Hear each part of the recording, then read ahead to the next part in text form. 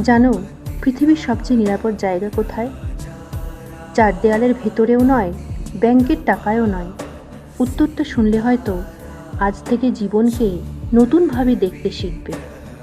একবার ভেবে দেখো, ভগবান শ্রী বিষ্ণুর তো কোনো কিছুরই অভাব নেই।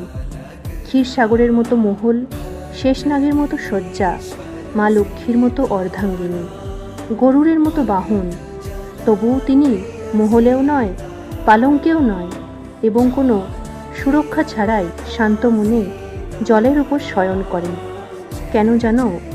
কারণ তিনি এই জগৎ সংসারকে একটা গভীর শিক্ষা দিতে চান। আসল নিরাপত্তা ইট পাথর দেয়ালে নয়, নিজের সৎকর্মে। আসল শান্তি নরম বিছানায় নয়, নির্মল ও স্থির মনে। আসল ঐশ্বর্য অগাধ সম্পদে নয়, জীবনের ভারসাম্যে। শ্রী বিষ্ণুর কাছে সব কিছু থাকতেও তিনি সবচেয়ে সামঞ্জস্যপূর্ণ। আর এই জন্যই দুনিয়ার সবচেয়ে বৈভবশালী দেবতা শ্রী বিষ্ণুকে জগৎ পালনকর্তা বলা হয়। অনেক মানুষ সব কিছু পেয়েও অশান্ত, আবার কেউ খুব সামান্য নিয়েও গভীর শান্তিতে বাঁচে।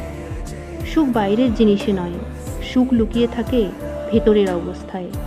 তাই জীবনে সম্পদ অর্জন করো, কিন্তু তার চেয়েও বেশি অর্জন করো সততা, সংযম আর মানসিক শান্তি। যে মানুষ সব কিছু পেয়েও নিজের ভারসাম্য হারায় না, সেই মানুষই সত্যিকারের ধনী। আর যে নিজের কর্মে বিশ্বাস রাখে, তার নিরাপত্তা কখনো কেড়ে নেওয়া যায় না।